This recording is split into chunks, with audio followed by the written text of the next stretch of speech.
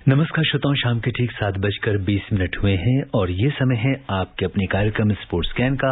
आज के sports scan के एडिशन के साथ मैं हूं आपका होस्ट और दोस्त सिद्धार्थ सिंह, और तमाम खेल खबरों पर विस्तार से चर्चा करने के लिए हमारे साथ स्टूडियो में आ चुके हैं वरिष्ठ खेल पत्रकार मनोज जोशी।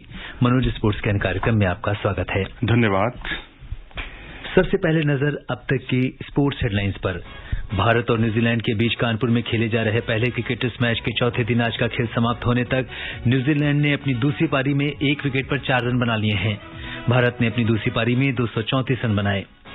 ह्यूस्टन में विश्व टेबल टेनिस चैंपियनशिप 2021 फाइनल में भारत का अभियान क्वार्टर फाइनल में महिला और मिक्स डबल्स टीमों के हारने के बाद बिना किसी पदक के समाप्त हो गया। राजस्थान के भावेश शेखावत ने 64वीं निशानेबाजी राष्ट्रीय चैंपियनशिप की पुरुषों की 25 मीटर रैपिड फायर पिस्टल स्पर्धा में आज स्वर्ण पदक अपने नाम किया। और आईएसएल फुटबॉल में अब से कुछ देर में बेंगलुरु का सामना केरला ब्लास्टर्स से होगा।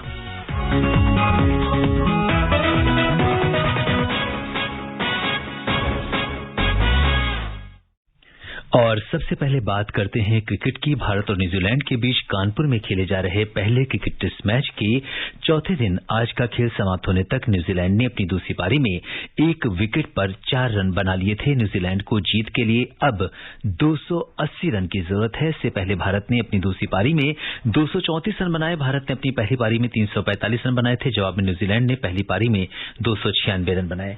और अब क्या स्थिति बन रही है मनोज, अगर चौथे दिन का खेल जो है समाप्त हो गया है और जो लक्ष्य है 280 रन का, इसे आप कैसे देखते हैं? देखिए, इस मुकाबले में कुल मिलाकर बहुत उतार चढ़ाव आए हैं। ऐसे उतार चढ़ाव आए हैं कि जब शुभमन गिल का विकेट गिरा था एक दिन पहले और उसके बाद 5 विकेट शुभमन गिल सहित भारत ने खो दिए थे महज 51 रनों में। तो ऐसी स्थिति में न्यूजीलैंड का पलड़ा पूरी तरह से भारी था। उस वक्त लग रहा था कि हमारे तेज गेंदबाजों को, खासकर टिम साउदी और जेमिसन से बहुत कुछ सीखने की जरूरत है। और खासकर जेमिसन से कैसे उछाल लेती हुई जो गेंदें हैं कैसे करनी है और कैसे स्विंग का इस्तेमाल करना है, वो टिम साउदी से सीखने की जरूरत थी। तो उसके बाद जो है जिस तरीके से श्रेयस अय्यर ने कमाल का प्रदर्शन किया, सेंचुरी बनाई, दूसरी पारी में हाफ सेंचुरी बनाई और वो भारतीय क्रिकेट के इतिहास के पहले क्रिकेटर बन गए हैं जिन्होंने ये कमाल किया। और भारतीय जमीन पर देखें तो एलिस्टर कुक और ग्रीनिच ने जरूर ये काम किया है, ये कमाल किया है, लेकिन भारतीय खिलाड़ियों में वो इकलौते ऐसे खिलाड़ी हैं। और उसके बाद उन्हीं की शानदार बल्लेबाजी का परिणाम था कि उन्होंने पहले अश्विन के साथ एक अच्छी पार्टनरशिप की, फिर उन्होंने साहा के साथ बहुत अच्छी पार्टनरशिप की और फिर साहा और अक्षर ने उसे अंजाम तक पहुंचाया और 284 रन का लक्ष्य दिया और जिसमें 4 रन जैसा आपने बताया कि बन चुके हैं। तो भारत इस समय काफी मजबूत स्थिति में है। बिल्कुल, तो 284 रन का लक्ष्य है और अब जो है इस बात की जरूरत है कि किस तरीके से अब आगे जो है एक दिन का खेल हम ये कह सकते हैं बचा हुआ है, तो क्या लग रहा है, क्या कुछ होने वाला है? देखिए, यहां भारत का पलड़ा निश्चित तौर पर भारी है और मैं कहूंगा ये बहुत दुर्भाग्य जुड़ा हुआ था न्यूजीलैंड के साथ कि उन्होंने डीआरएस नहीं लिया। और क्योंकि डीआरएस लेने में जो 15 सेकंड का जो निर्धारित समय होता है उसमें विलंब हो गया और उसकी वजह से फिर आर अश्विन ने भी प्रोटेस्ट किया जाकर, जिसकी वजह से जो एक निश्चित ये कहिए कि यंग जो है नॉट आउट थे, लेकिन उनको आउट करार दिया गया। अंपायरिंग के लिए हमेशा ये मैच याद रखा जाएगा विवादों के कारण। और इसके अलावा विलियमसन की जो बहुत ही मैं कहूंगा जो डिफेंसिव फील्ड थी, जब आप 5 विकेट ले रहे हैं 51 रनों में, उसके बाद शॉर्ट लेग नहीं लगा रहे, सिली पॉइंट नहीं लगाया आपने, रचिन रविंद्र जो एकदम युवा खिलाड़ी हैं उन पर इतना ज्यादा भरोसा कर रहे हैं आप गेंदबाजी में, तो ये ऐसा होना ही था। तो क्योंकि विलियमसन को मैंने इतना डिफेंसिव कभी नहीं देखा है इस सोच के साथ, और अब क्योंकि 5वें दिन भारत में 274 रन का लक्ष्य अभी तक का किसी विदेशी टीम ने पार किया है, वो भी 1987 में, बीते जमाने की बात हो चुकी है। लेकिन यहां पर अब 280 रन आखिरी दिन बनाना बहुत बहुत मुश्किल है, या ये कहिए करीब करीब नामुमकिन है। जी बिल्कुल, तो ये एक देखते हैं कि भारत की ओर जो है काफी ये मैच जो अभी की जो स्थिति है, भारत एक मजबूत स्थिति में नजर आ रहा है निश्चित तौर पर। और अभी आप देखेंगे अक्षर पटेल हैं, आर अश्विन हैं और ये ऐसे स्पिनर हैं जिन्होंने बहुत ही आला दर्जे का प्रदर्शन किया है, विश्व स्तर का प्रदर्शन। अगर हम देखें अक्षर पटेल का पिछली 7 पारियों में से 5 बार 5 विकेट हॉल करना एक अद्भुत प्रदर्शन कहा जा सकता है, जो उन्होंने पहली पारी में भी उसको अंजाम दिया और यहां क्योंकि वो गेंद को थोड़ा सा आगे रखते हैं, आर्म बॉल करते हैं और उससे स्वीप लगाना, खासकर विदेशी खिलाड़ियों का जो भारतीय स्पिनर्स के सामने एक मुख्य हथियार होता है, उससे वो निजात पाने में कामयाब होते हैं। और आर अश्विन ने तो बहुत ही ज्यादा आउटसाइड दी ऑफ स्टंप गेंदें की हैं पहली पारी में, तो मुझे लगता है कि यहां पर टिकना क्रीज पर बहुत मुश्किल होगा और हो सकता है कि आपको चाय के समय तक ही या चाय के कुछ समय बाद ही फिर मैच का रिजल्ट भी आता हुआ दिखाई दे। जी बिल्कुल, भारत के पक्ष में जाता हुआ दिख रहा है ये मैच। और हालांकि अगर हम देखें तो न्यूजीलैंड की ओर से भी अभी काफी सारे बल्लेबाजों का एक ही विकेट गिरा है और विलियम ने जिस तरीके से 2 रन बनाकर वो आउट हुए हैं, तो किस तरीके से अगर कल का दिन न्यूजीलैंड अगर निकाल लेता है तो क्या कुछ लग रहा है आपको? देखिए, अभी यंग आउट हुए हैं जी, और यंग का एक विकेट गिरा है और बहुत ही दुर्भाग्यपूर्ण तरीके से, खराब अंपायरिंग मैं कहूंगा, क्योंकि डीआरएस लेने में देरी की उन्होंने। लेकिन उसके बाद रॉस टेलर हैं उनके पास और एक टॉम लाथम है और विलियमसन, ये 3 ऐसे खिलाड़ी हैं जो स्पिनर्स को बहुत अच्छा खेलते हैं और इसका प्रत्यक्ष प्रमाण है लाथम द्वारा, जो लगातार भारत में जितने भी मैच खेले हैं हर मैच में उनका हाफ सेंचुरी बनाना। और रॉस टेलर के पास अच्छा खासा तजुर्बा है, विलियमसन जो अच्छी फॉर्म में भी चल रहे हैं लेकिन भारत के खिलाफ उतना अच्छा फॉर्म नहीं रहा है, लेकिन इन 3 खिलाड़ियों पर जरूर नजरें टिकी रहेंगी। और वहीं भारत के तेज गेंदबाज भी बीच बीच में अपनी छाप करते हुए दिखाई देंगे, अपनी मौजूदगी का एहसास कराते हुए दिखाई देंगे। लेकिन भारतीय स्पिनर्स को खेलना इस विकेट पर, और वो भी 5वें दिन, बहुत मुश्किल है, बहुत चुनौतीपूर्ण है।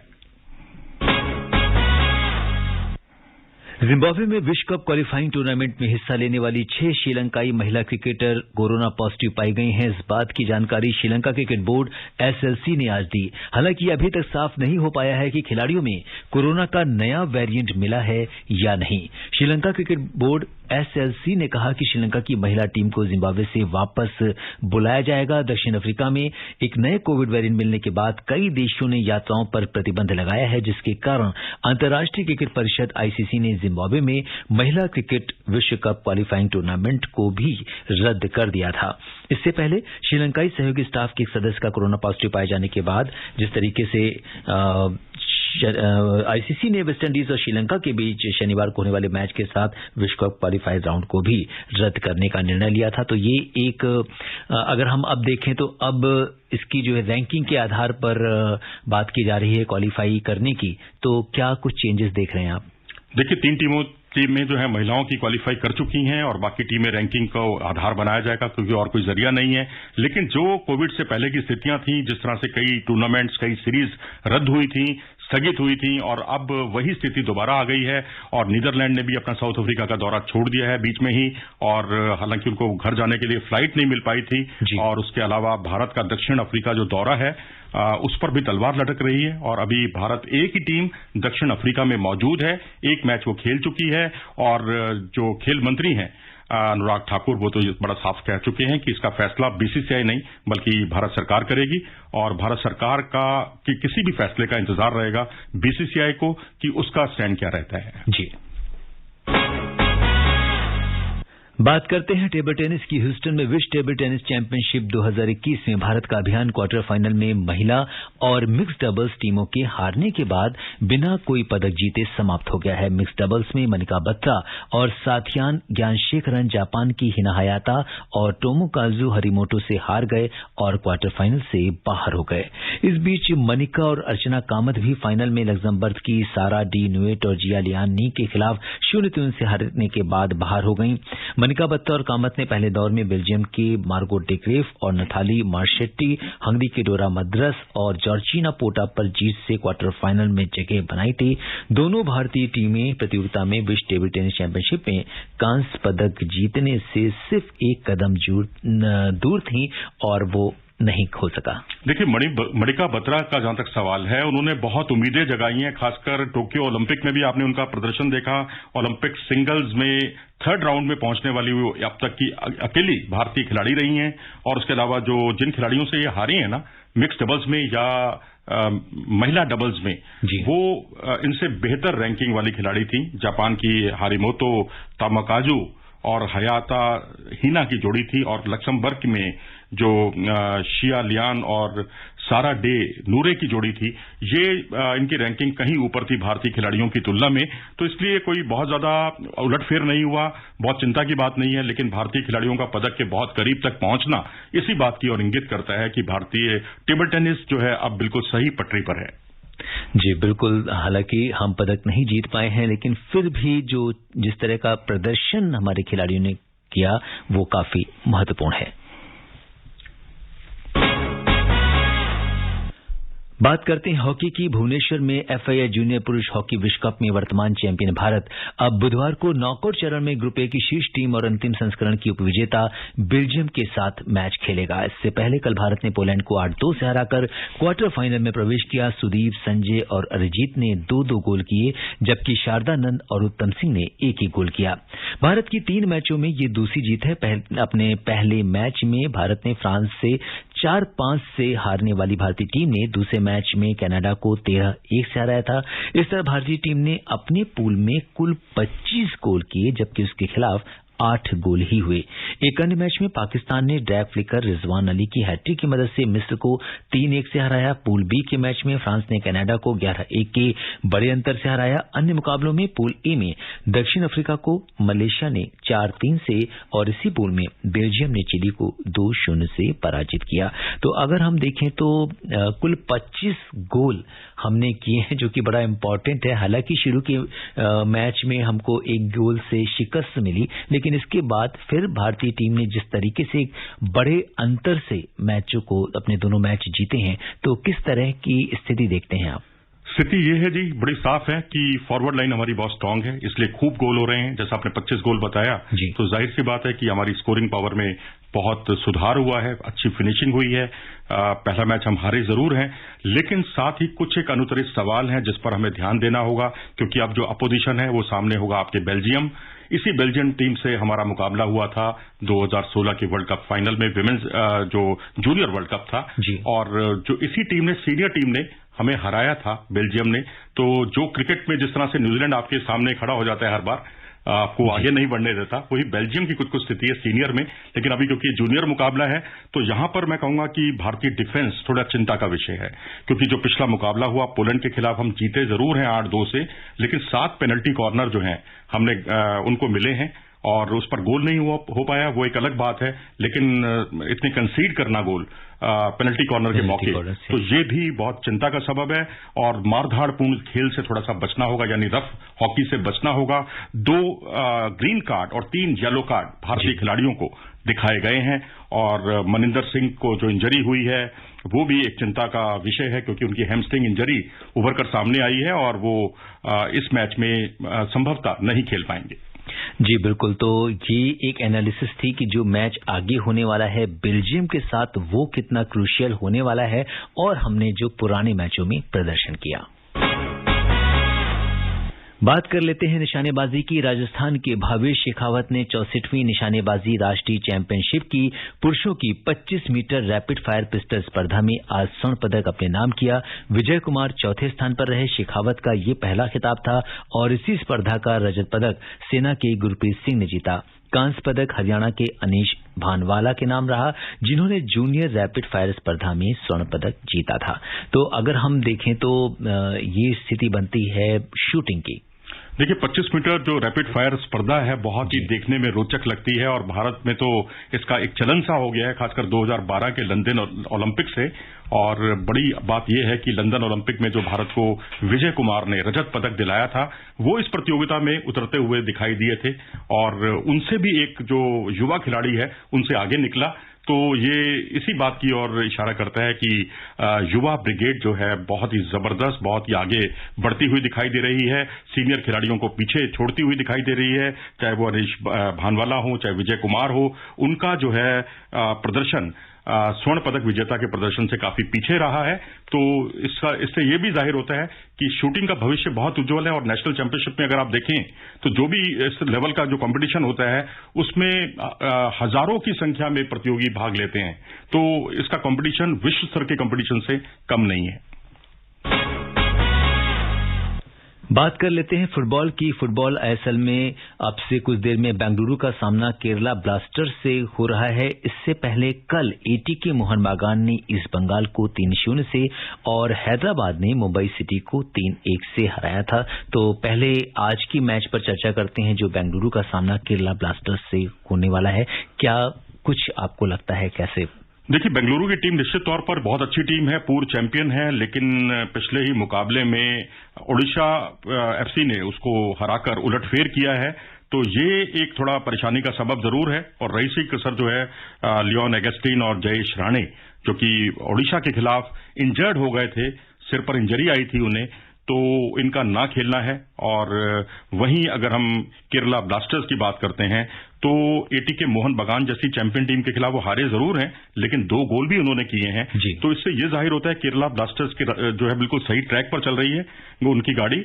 हालांकि मैच अभी उनको पहली जीत की दरकार है, एक मैच ड्रॉ हुआ है, लेकिन राहुल केपी जो है इंजर्ड हो गए, उनकी सेवाएं उनको नहीं मिलेंगी।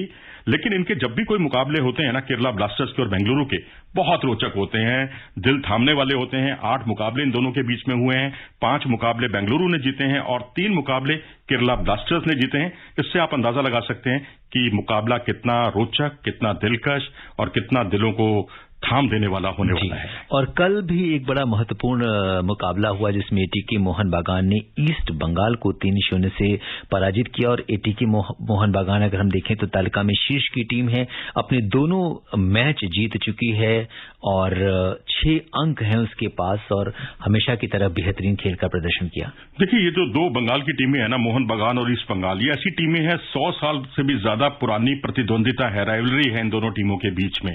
और अगर मोहन बगान की टीम में कॉन्फिडेंस दिखाई दे रहा है और क्योंकि आप अच्छा प्रदर्शन करेंगे, पिछली बार का प्रदर्शन उनका बहुत ही आला दर्जे का रहा, अनचेंज टीम खिलाई, इसी से उनके आप टीम का अंदाजा लगा सकते हैं, उनके कॉन्फिडेंस का अंदाजा लगा सकते हैं। और वहीं ईस्ट बंगाल की टीम थोड़ी सहमी दिखाई दे रही है।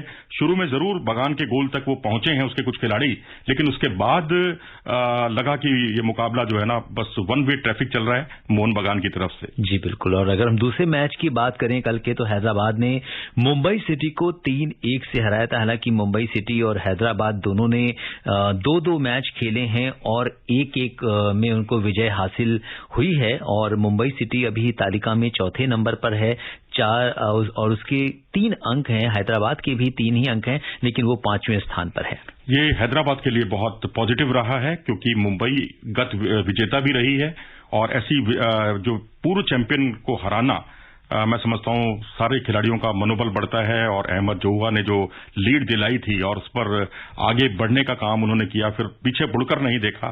तो फिर हैदराबाद ने जिस तरह से शानदार वापसी की है 1 गोल से पिछड़ने के बाद, वो काबिले तारीफ थी और वो एक उलटफेर करने में कामयाब रही। और चलते चलते बात डेविस कप की। 28 बार के डेविस कप चैंपियन ऑस्ट्रेलिया का डेविस कप फाइनल्स में हंगरी पर 2-1 से जीत के बावजूद बाहर होना तय है। ऑस्ट्रेलिया के नंबर 1 एलेक्स डी मिनोर ने हंगरी के मार्टन फुस्कोविस के खिलाफ 7-5, 2-6, 7-6 से जीत हासिल करने के लिए 3 घंटे से अधिक समय लिया। उनकी जीत ने अनुभवी जॉन पियर्स और डेब्यू करने वाले एलेक्स पोर्ट को निर्णायक डबल्स में मैच को सील करने का हौसला दिया। हालांकि अगर हम देखें तो ऑस्ट्रेलिया अपने आप में एक मजबूत टीम है, लेकिन फिर भी जो है इस जीत के बाद भी इसका बाहर होना तय है। जी हाँ, बिल्कुल। और यही एक डेविस कप जैसे जो टीम मुकाबले होते हैं उसकी विशेषता होती है और भारत ने भी यहां पर इस पर बहुत अच्छा प्रदर्शन किया है। ऑस्ट्रेलिया की तरफ से सबसे अच्छी बात है कि उनकी टीम जो है ना, उनके पास रिप्लेसमेंट्स बहुत हैं, विकल्पों की कमी नहीं है। यदि कोई एक खिलाड़ी उपलब्ध नहीं होता तो जैसे भारत के लिए एक संकट खड़ा हो जाता है, वहां पर उनकी जगह लेने के लिए कई खिलाड़ी मौजूद होते हैं। तो ये एक प्लस पॉइंट है, लेकिन क्योंकि वो आगे नहीं बढ़ पा रहा है तो ये थोड़ा सा उनको इस पर चिंतन करना होगा भविष्य के लिए। जी बिल्कुल। अब ऑस्ट्रेलिया टूर्नामेंट के बाहर होने के कगार पर है क्योंकि 4 हार की वजह से उनका रिकॉर्ड क्वार्टर फाइनल में जगह बनाने के लिए पर्याप्त नहीं होगा। श्रोताओं, अब समय अनुमति नहीं दे रहा कि हम कुछ और खबरों पर चर्चा करें। मनोज, आप हमारे स्टूडियो में आए, तमाम खेल खबरों पर चर्चा करने के लिए आपका बहुत बहुत धन्यवाद और आभार। धन्यवाद। श्रोताओं, स्पोर्ट्स कैन में आज के लिए बस इतना ही। अगर आप इस कार्यक्रम को दोबारा सुनना चाहते हैं तो लॉग ऑन कर सकते हैं हमारी वेबसाइट newsonair.gov.in पर। कल शाम 7:20 पर दोबारा मुलाकात के वादे के साथ इजाजत दीजिए अपने होस्ट और दोस्त सिद्धार्थ सिंह को। तब तक के लिए नमस्कार, शुभ रात्रि।